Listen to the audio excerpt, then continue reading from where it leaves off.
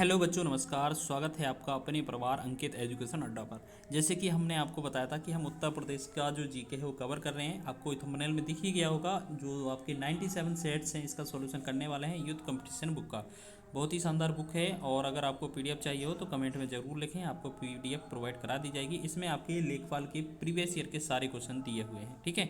और साथ ही साथ जो यूपी ट्रिपल एस सी आयोग ने जो भी क्वेश्चन पूछे हैं जिस तरीके के, सभी सब्जेक्ट के इसमें कवर हैं। तो चलिए हम बात कर लेते हैं, यूपी जीके को आगे बढ़ाते हैं।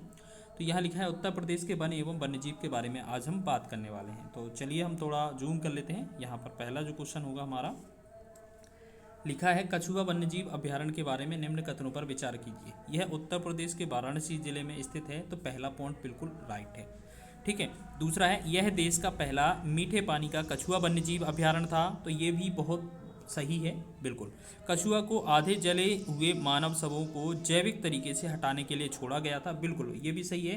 क्योंकि आपको पता है वाराणसी में जो शमशान घाट है वहाँ से सीधे मुर्दे हैं ना, आधे जले मुर्दे सीधे नदी में बहा दिए जाते थे। तो वहाँ पर क्या है, यही इनको क्या है, नष्ट करने के लिए क्या किया गया है, इन्हें कछुओं को छोड़ा गया है ताकि ये उन्हें नष्ट कर दें। चलिए, तो ये हमने तीनों पॉइंट ही देखे, वो तीनों पॉइंट ही सही हैं। तो इसमें हमारा जो ऑप्शन होगा, ये लिखा है डी ऑप्शन। सारे ऑप्शन जो हैं विकल्प सही हैं, उपयुक्त सभी। अच्छा, इसकी बात कर लेते हैं, इसकी स्थापना की। तो हम बात करेंगे जो कछुआ अभ्यारण्य है, ये उत्तर प्रदेश के वाराणसी जिले में स्थित है। यह गंगा डॉल्फिन और अन्य जलीय जानवरों के लिए प्रसिद्ध है, ठीक है। इसके साथ साथ कछुआ अभ्यारण्य जो है, इसकी स्थापना 21 दिसंबर 1989 को हो जाती है। या ये हम बात करें स्थापना, क्या ये कोई संस्था तोड़ना है, ये तो पहले से ही बना हुआ है, बस इसे दर्जा दे दिया जाता है घोषित करके, ठीक है। तो कछुआ अभ्यारण्य जो है 21 दिसंबर 1989 को। यह देश का पहला मीठे पानी का कछुआ अभ्यारण्य है, और कछुओं को आधे जले हुए मानव शवों को जैविक तरीके से हटाने के लिए छोड़ा जाता है, ठीक है। ये चीज़ याद रखेंगे। अगला हमारा नेक्स्ट क्वेश्चन है कि उत्तर प्रदेश में घड़ियाल के संरक्षण प्रयासों के लिए निम्न में से कौन सा अभ्यारण्य प्रसिद्ध है।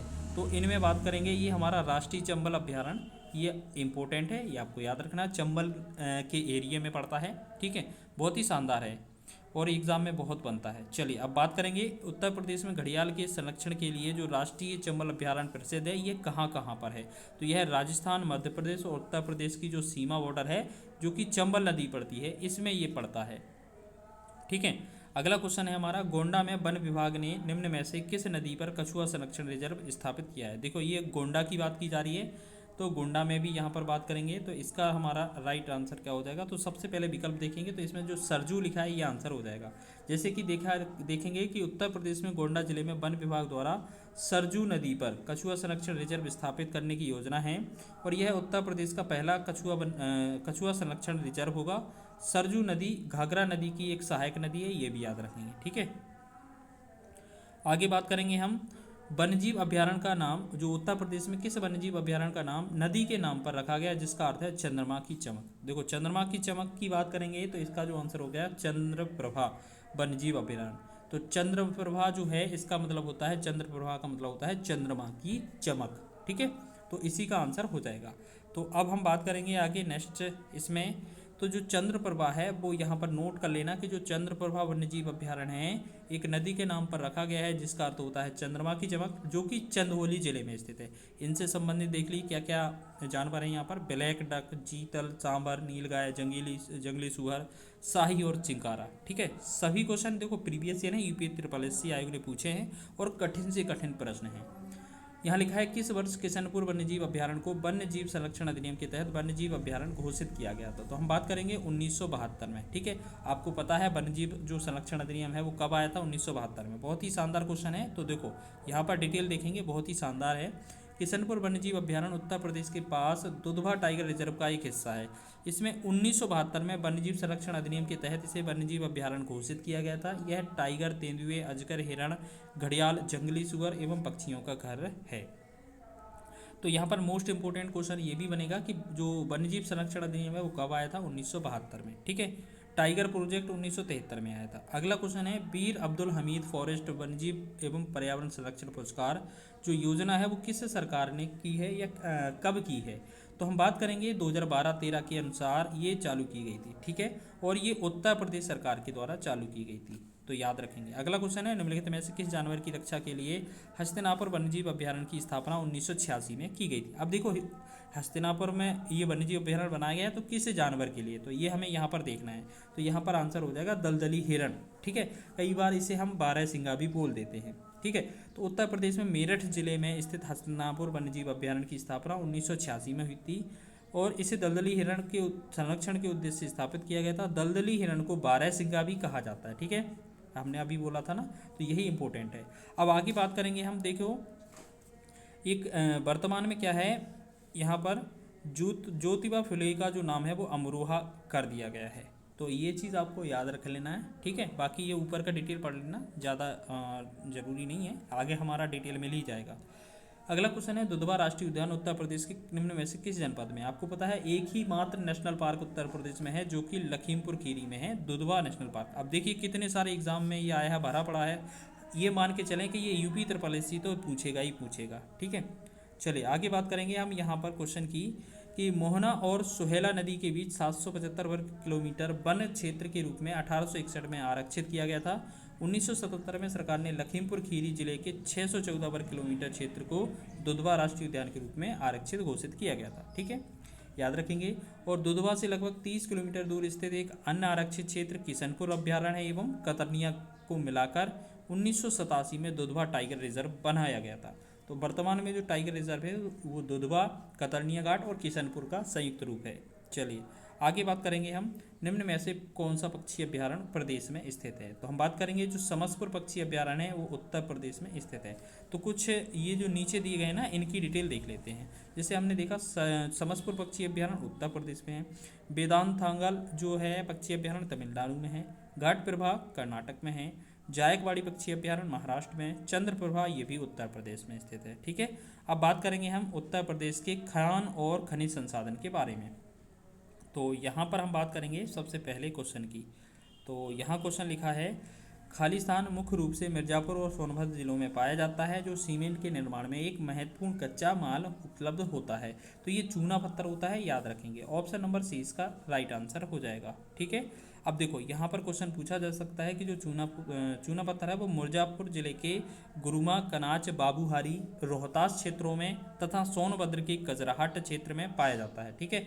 मिर्ज़ापुर का चुनार तथा सोनभद्र जिले का चुर्क तथा ढल्ला सीमेंट फैक्ट्री के लिए प्रसिद्ध हैं और चूना पत्थर इन्हीं संस्थानों में उपलब्ध होता है।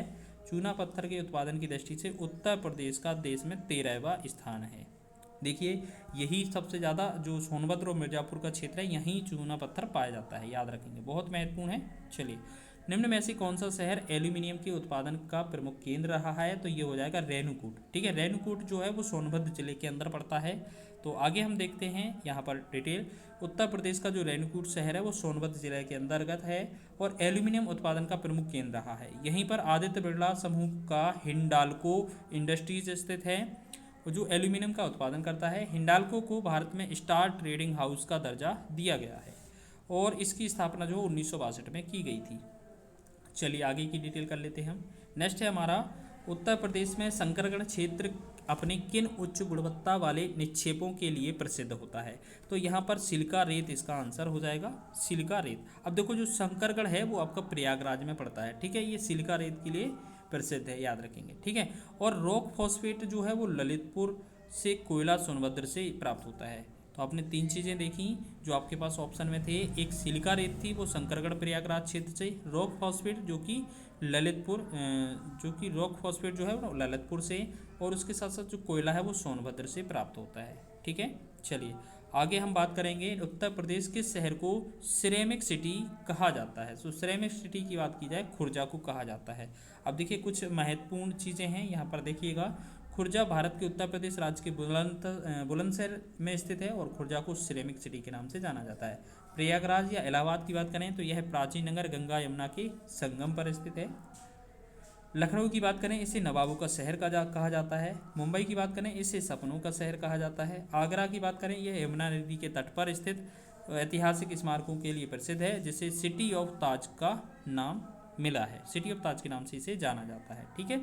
अब हम बात करेंगे जो उत्तर प्रदेश की ऊर्जा संसाधन हैं उनकी, ठीक है। तो यहाँ पर बात करेंगे उत्तर प्रदेश का जो माता टीला बांध का निर्माण है वो किस नदी पर किया गया था? तो उत्तर प्रदेश का जो माता टीला बांध है वो कब, कौन सी नदी? बेतवा नदी पर किया गया था। तो माता टीला बांध जो है उत्तर प्रदेश के ललितपुर जिले में पड़ता है और बेतवा नदी पर बना है। इसका निर्माण वर्ष 1958 में हुआ था और इस बांध से झांसी, जालौन, हमीरपुर और ग्वालियर जिलों को पानी से फायदा होता है। आगे बात करेंगे हम, इसमें गलत को पहचानना है। जैसे मुईरपुर बांध सोनभद्र, पीली बिजनौर, लहचूरा बांध झांसी, जामनी बांध ललितपुर। तो हम बात करेंगे इसमें, अगर हम बात करेंगे तो यहाँ पर जो हमारा आंसर बनेगा वो इनमें से कोई नहीं, ठीक है, क्योंकि सारे के सारे जो है ना वो सही हैं। अब देखिए इसकी डिटेल, जैसे मुईरपुर बांध सोनभद्र में स्थित है, पीली बांध बिजनौर में स्थित है, लहचूरा बांध झांसी में स्थित है, इसके साथ साथ माता टीला बांध भी है, ठीक है, और जामनी बांध ललितपुर में स्थित है। और उत्तर प्रदेश का अन्य प्रमुख बांधों में जो राजघाट बांध है वो भी ललितपुर में पड़ता है, पारीक्षा बांध वो झांसी में ही पड़ता है, सलारपुर बांध महोबा में पड़ता है, नगवा बांध सोनभद्र में और अहरौरा बांध मिर्ज़ापुर में पड़ता है। तो इस डिटेल को लिख लेना अच्छे से, एग्जाम में बन सकता है।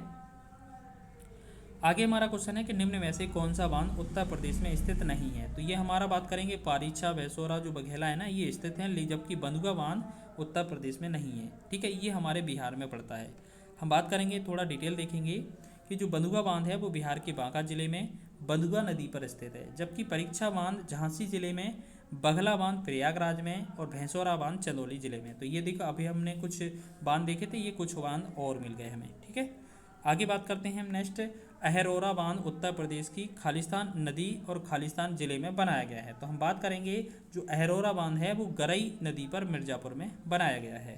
तो यहाँ डिटेल देखेंगे कुछ और।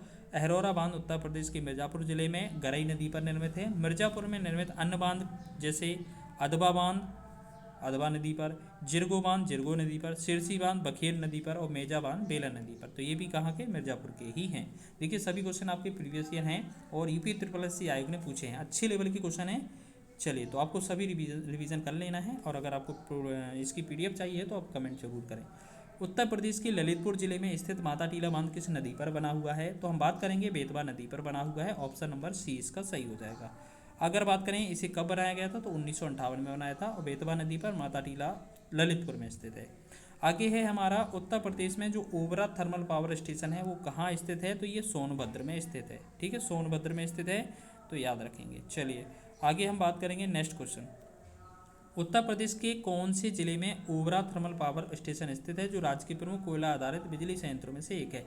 तो अभी हमने क्वेश्चन देखा था, तो ये कहाँ है? सोनभद्र में स्थित है, अभी अभी देखा था, ठीक है। चलिए हम बात करेंगे ओबरा थर्मल पावर स्टेशन की स्थापना उत्तर प्रदेश के सोनभद्र जिले में 1967 से लेकर 1971 के बीच की गई थी और ये जो रूस है ना पूर्व सोवियत संघ, इसकी सहायता से की गई थी। यहाँ पर जो है कुल मेगावाट जो है वो 10,000 मतलब 1094 मेगावाट की बिजली क्षमता है यहाँ पर। और बात करेंगे सिंगरौली जो है, सिंगरौली जो है वो कोयला खान के लिए प्रसिद्ध है यहाँ पर, ठीक है। और यहाँ पर हम बात करेंगे सोनभद्र जिले में ही अनपरा एक ताप विद्युत केंद्र भी स्थित है, तो ये भी याद रखेंगे, ठीक है। तो आगे देखते हैं नेक्स्ट क्वेश्चन। चलिए आगे बात करेंगे हम नेक्स्ट है हमारा पर यहाँ क्वेश्चन है,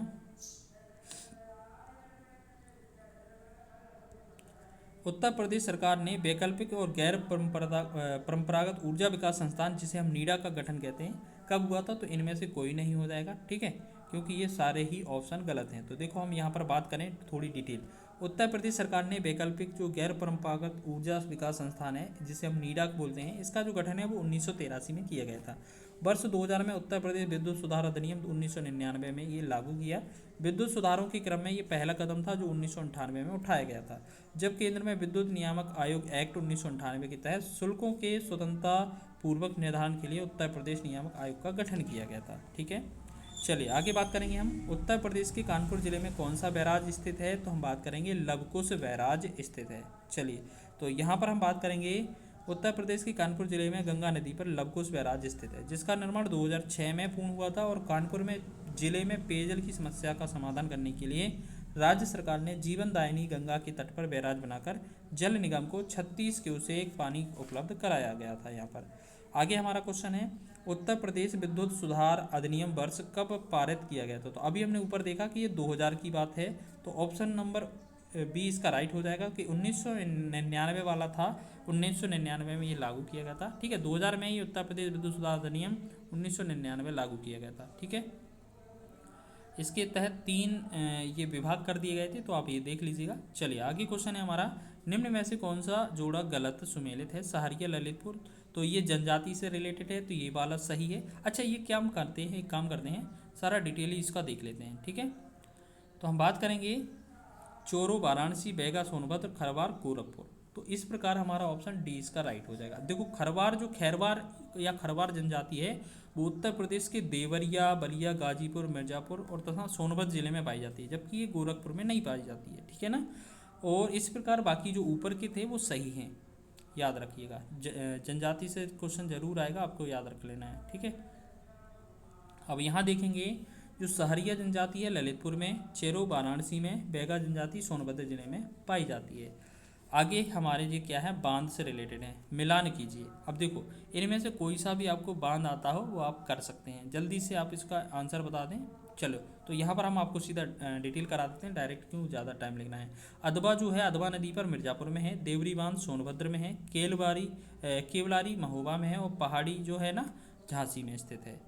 आगे हमारा जो क्वेश्चन है, गोविंद बल्लभ पंत जो सागर बांध है वो कहाँ स्थित है? तो ये पिपरी सोनभद्र में स्थित है। ठीक है, तो यहाँ हम बात करेंगे गोविंद बल्लभ पंत सागर जो बांध है उत्तर प्रदेश के सोनभद्र जिले के पिपरी में स्थित है। यह भारत का सबसे बड़ा कृत्रिम झील है, याद रखेंगे।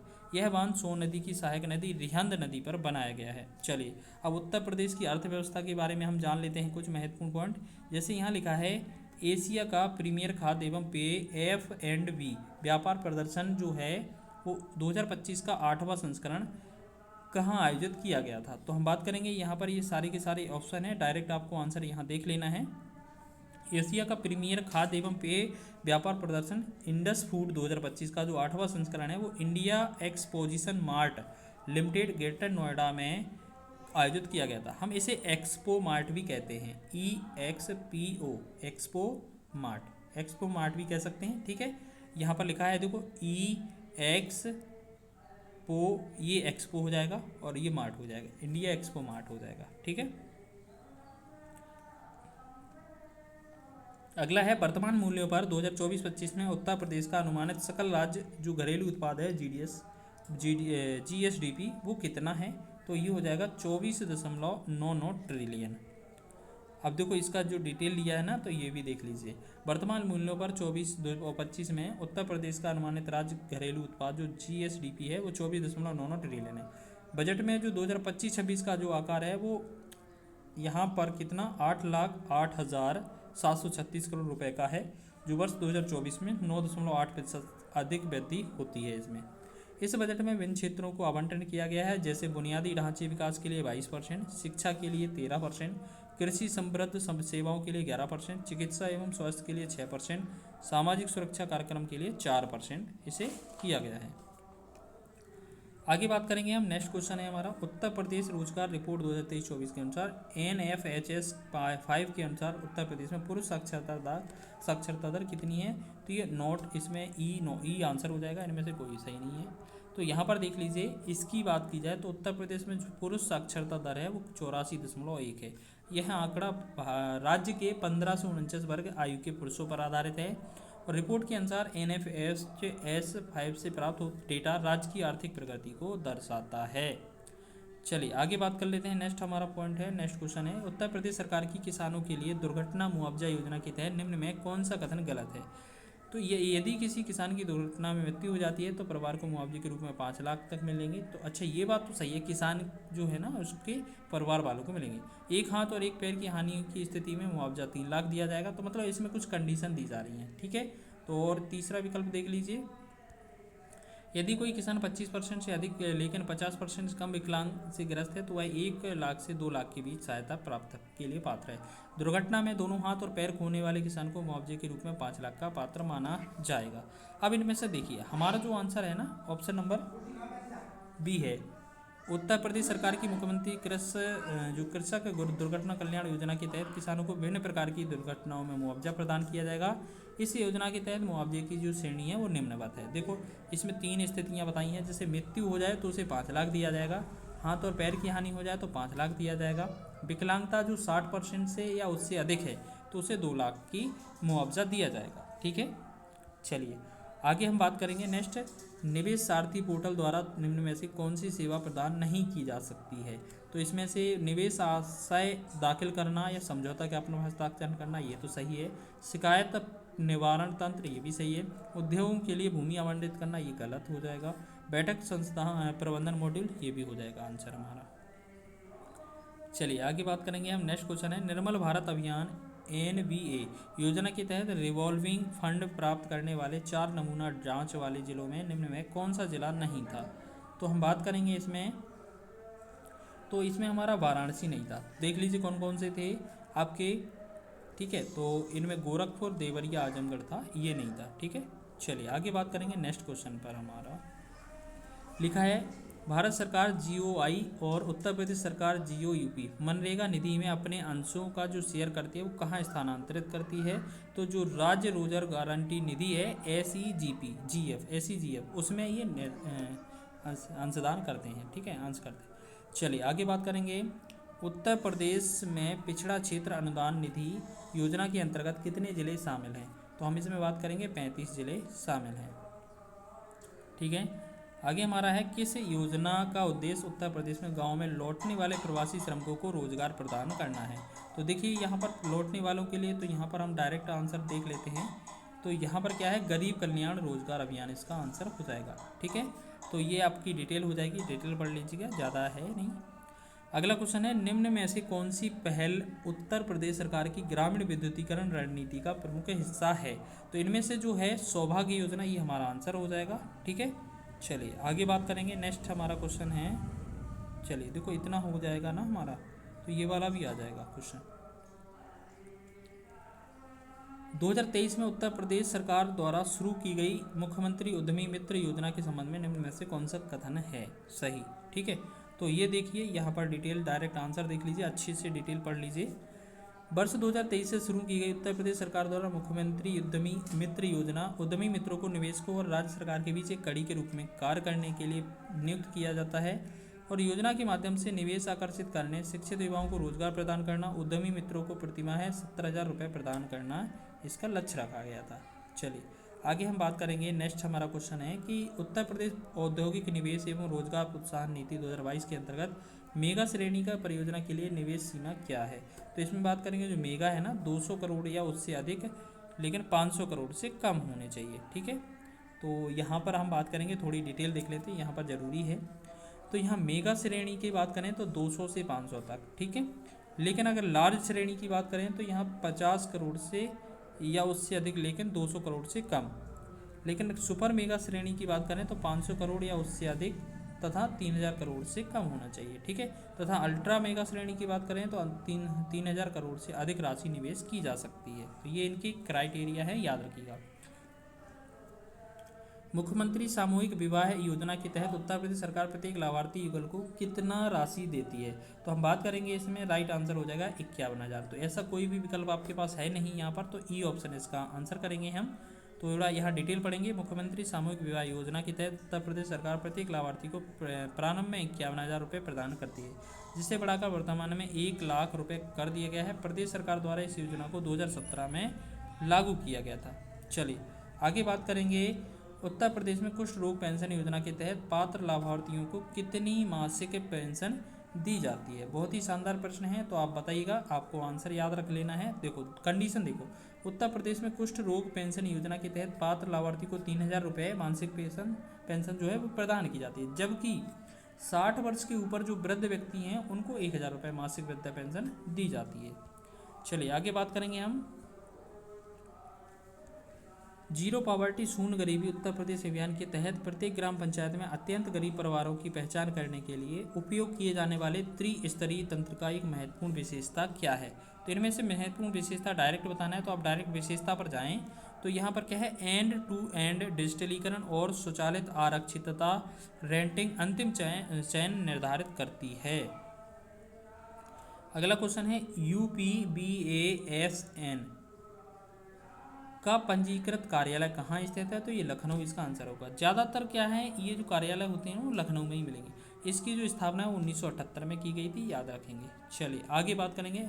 उत्तर प्रदेश सरकार के प्रमुख कार्यक्रम के तहत MSME पर विशेष ध्यान दिया गया है। ठीक है, तो इसमें योजना में क्या होता है, तो ये जो है ना, एक जिला एक उत्पाद पर काम किया जा रहा है और वन डिस्ट्रिक्ट वन प्रोडक्ट पर। ठीक है, इसमें जो है ना रोजगार को बढ़ावा दिया जा रहा है और लोकल एरिया में जो भी वन डिस्ट्रिक्ट वन प्रोडक्ट के तहत जो योजना चलाई जा रही है ना, इसमें ज़्यादा MSME में निवेश किया जा रहा है। चलिए, उत्तर प्रदेश सरकार द्वारा एक जनपद एक उत्पाद योजना किस वर्ष चालू की गई थी, तो हम बात करेंगे 2018 में चालू की गई थी। ठीक है, और 24 जनवरी 2018 को।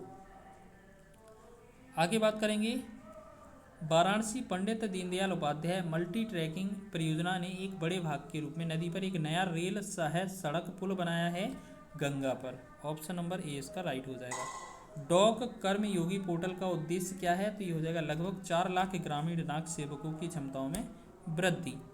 आगे है हमारा नेक्स्ट, निम्न में से किस राज्य में भारत के प्रथम अमृत सरोवर का उद्घाटन किया गया है, तो ये उत्तर प्रदेश इसका राइट आंसर हो जाएगा। ठीक है, तो भारत के प्रथम अमृत सरोवर का उद्घाटन उत्तर प्रदेश राज्य में किया गया। केंद्रीय अल्पसंख्यक मामलों के मंत्री जो मुख्तार अब्बास नकवी ने 13 मई 2022 को भारत के पहले अमृत सरोवर का उद्घाटन किया। यह रामपुर जिले की पटवाई ग्राम पंचायत में पड़ता है। ठीक है, रामपुर जिले की पटवाई में पड़ता है। आगे हम बात करेंगे, नेक्स्ट क्वेश्चन है हमारा, उत्तर प्रदेश में खालिस्तान के प्रचार हेतु कन्या सुमंगला योजना शुरुआत की गई थी, तो ये लड़कियों के लिए स्वस्थ एवं शैक्षणिक मानक के लिए की गई थी। अच्छा, यहाँ पर होता क्या है, इसकी स्थापना जो है या चालू की गई थी वो 25 अक्टूबर 2019 को चालू की गई थी योजना। इसमें होता क्या है कि जिस परिवार में कन्या जन्म लेगी उस परिवार को 15,000 रुपये दिए जाएंगे। हर परिवार से अधिकतम 2 बेटियों को इस योजना का लाभ मिल सकता है। योजना में लाभार्थियों को बेटी के जन्म से लेकर उसके स्नातक होने तक सरकार प्रोत्साहन रूप 6 चरणों में कुल 15,000 रुपये की राशि प्रदान करेगी।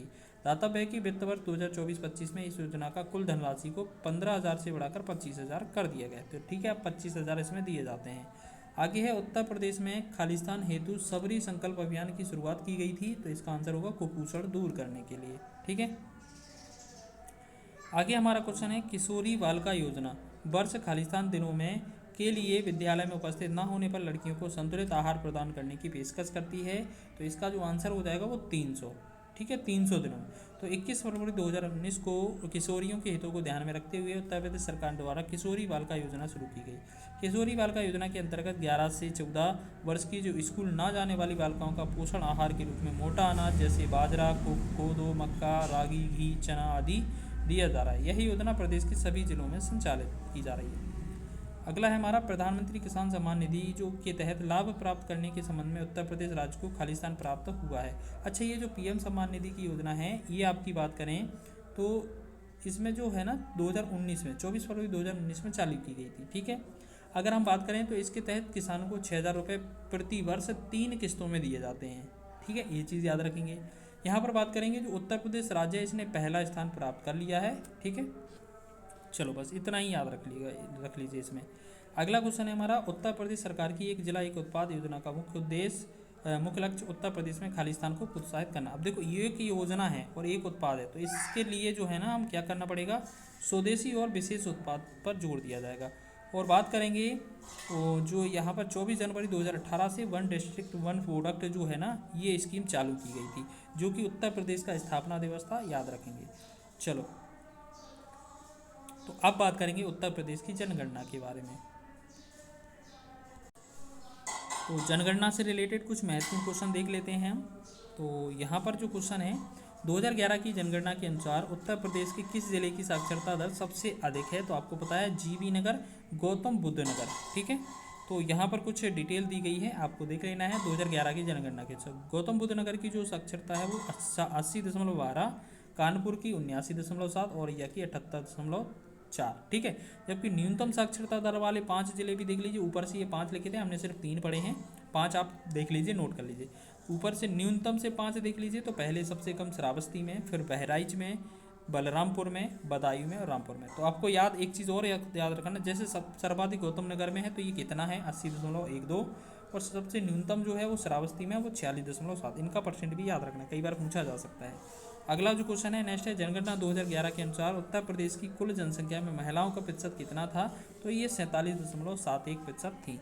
आप डिटेल देखिएगा, यहाँ पर लिखा है पूरा जनगणना के बारे में। चलिए आगे लिखा है, उत्तर प्रदेश में निम्न जिलों में 2011 की जनगणना के अनुसार साक्षरता दर के आधार पर न्यूनतम उच्चतम की ओर व्यवस्थित कीजिए।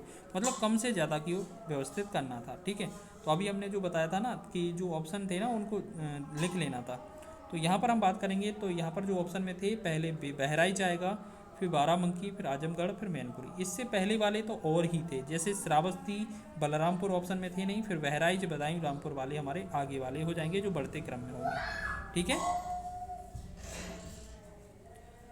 आगे हम बात करेंगे नेक्स्ट क्वेश्चन।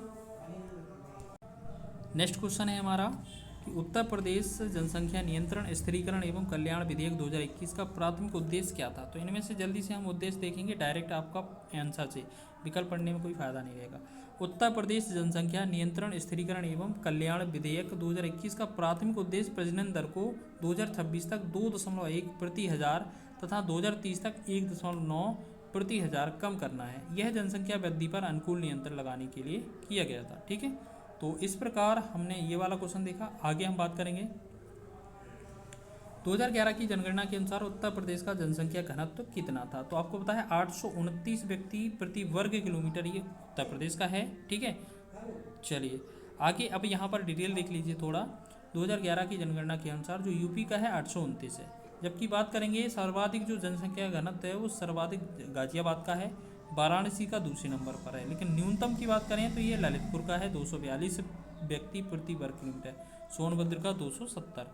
आगे है जनगणना 2011 के अनुसार उत्तर प्रदेश की साक्षरता दर क्या है? तो आपको देखो महिला पुरुष की अलग अलग है और आपको टोटल और एवरेज जो अप्रोक्स है ना वो अलग है।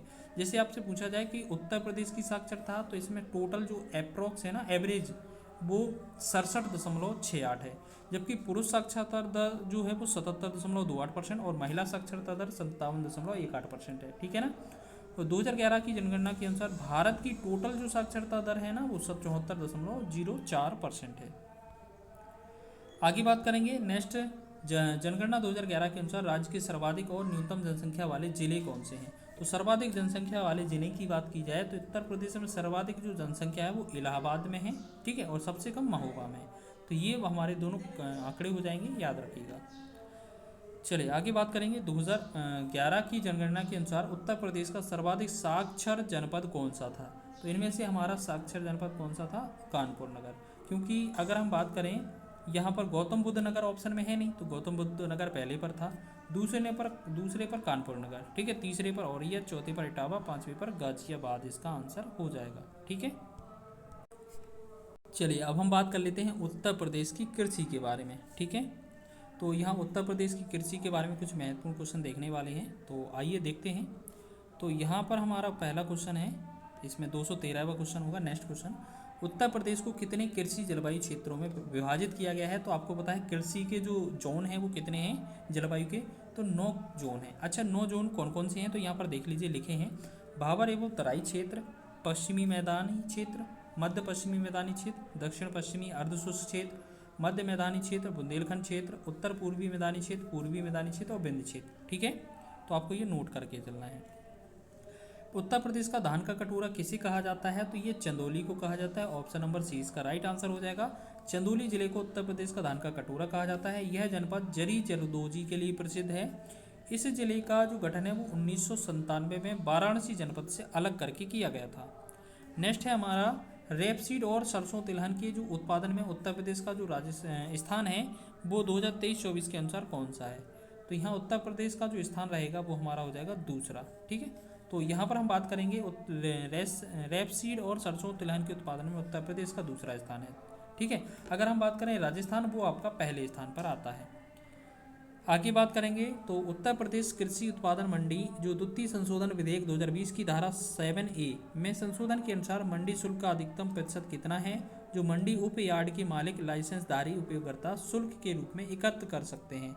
तो इनमें से आपके सारे ही ऑप्शन गलत हैं, तो आपको देखो यहाँ पर याद रखना है ये 25% है, याद रखना। ठीक है, चलिए आगे हमारा यहाँ पर नेक्स्ट क्वेश्चन है, उत्तर प्रदेश मोटर वाहन कराधान अधिनियम 1997 के तहत मोटर वाहन पर कब्जा कर कब देय होता है? तो कर की बात की जाए, टैक्स की, तो यहाँ पर वाहन खरीद की तिथि पर प्रतिवर्ष दिया जाता है। ठीक है, तो आपको ये चीज़ याद रख लेना। चलो चलिए और आगे बात करेंगे यहाँ पर नेक्स्ट क्वेश्चन की। उत्तर प्रदेश कृषि उत्पादन मंडी अधिनियम 1964 की धारा 7 के अनुसार किस स्थिति में राज्य सरकार किसी मौजूदा प्रमुख मंडी प्रांगण को समाप्त कर सकती है? तो ये हो जाएगा आपका यदि जनहित में आवश्यक या समीचीन समझा जाए। नेक्स्ट हमारा क्वेश्चन है, आगे हमारा क्वेश्चन है, उत्तर प्रदेश कृषि उत्पादन मंडी संशोधन अध्यादेश 2020 तहत, इसके तहत मंडियों में उपयोग को प्रोत्साहित करने के लिए निम्न में से क्या लागू किया जाता है? तो ये एपीएमसी से पूरे व्यापार के लिए विशिष्ट लाइसेंस आवश्यक होना इसमें तय किया जाता है। ठीक है, चलिए आगे हम बात करते हैं बहुत ही शानदार प्रश्न की। तो यहाँ पर हम बात करेंगे उत्तर प्रदेश के किस कृषि जलवायु क्षेत्र में कृषि उत्पादकता अधिक है? तो ये हो जाएगा पश्चिमी मैदानी क्षेत्र। चलिए अब देखिए सुपर इम्पोर्टेंट क्वेश्चन। तो उत्तर आम की लंगड़ा किस्म हमारे राज्य में निम्न में से किस जिले में मानी जाती है? तो आम की बात करिए, आम की लंगड़ा प्रजाति की, तो उत्तर प्रदेश के वाराणसी जिले में पाया जाता है। तो देखिए आम की बहुत सारी प्रजाति हैं, तो यहाँ पर देख लीजिए जैसे दशहरी आम लखनऊ मलिहाबाद, चौसा आम हरदोई, अल्फांसो आम रत्नागिरी, केसर आम जूनागढ़, हिमसागर किशनभोग मुर्शिदाबाद। बाकी देखो ये सारे के सारे हैं ना, बहुत सारी जगह भी और हैं। देखो ये सारे आम के ही प्रकार हैं, तो आप सिर्फ हो सके तो आप उत्तर प्रदेश की ही याद रख लीजिएगा। ठीक है, सारे याद रखने की आवश्यकता नहीं है। चलिए उत्तर प्रदेश की मुख्य प्रकार की फसलें कौन कौन सी हैं? तो ये रबी की फसलें, खरीफ की फसलें और जायद की फसलें, ये 3 प्रकार की फसलें होती हैं। उत्तर प्रदेश में प्रमुख रबी की फसल कौन सी है? रबी का मतलब है ये हमारा जो मार्च अप्रैल में काटी जाती है। तो बात करेंगे गेहूं, चना, मटर, जौ, इसका आंसर हो जाएगा। ठीक है, गेहूं, चना, जौ, मटर, अलसी, सरसों, ये हमारी रबी की फसल होती हैं जो अक्टूबर नवंबर माह में बोई जाती हैं और मार्च अप्रैल में काट ली जाती हैं। ठीक है, अप्रोक्स समय याद रखना। निम्न कंद फसलों में किसे गरीब का मित्र कहा जाता है? तो हम बात करेंगे आलू को, इसका राइट आंसर हो जाएगा। चलिए आगे बात करेंगे 2017-18 के अनुसार दालों के वैश्विक उत्पादन में भारत का स्थान कौन सा है? भारत का स्थान कौन सा है ये बताना है। ठीक है, तो हम बात करेंगे भारत का जो दाल के स्थान में है, तो पहला स्थान है, ऑप्शन नंबर ए इसका राइट आंसर हो जाएगा। चलिए और एक चीज़ और देखना, भारत तीसरा सबसे बड़ा दाल निर्यातक देश भी हो जाएगा, उत्पादन में तो है ही। उत्तर प्रदेश खालिस्तान में कृषि कुंभ 2018 का आयोजन किया गया था। तो हम बात करेंगे ये लखनऊ में किया गया था। ठीक है, 2018 में 26 से 28 अक्टूबर के मध्य। चलिए तो इस प्रकार हमने ये वाला टॉपिक भी कवर कर लिया है। तो आगे जो हम क्वेश्चन करेंगे वो नेक्स्ट पार्ट में करेंगे। वीडियो अच्छा लगा है तो वीडियो को लाइक करें, शेयर करें, चैनल पर नए हैं तो चैनल को सब्सक्राइब कर लें। ठीक है।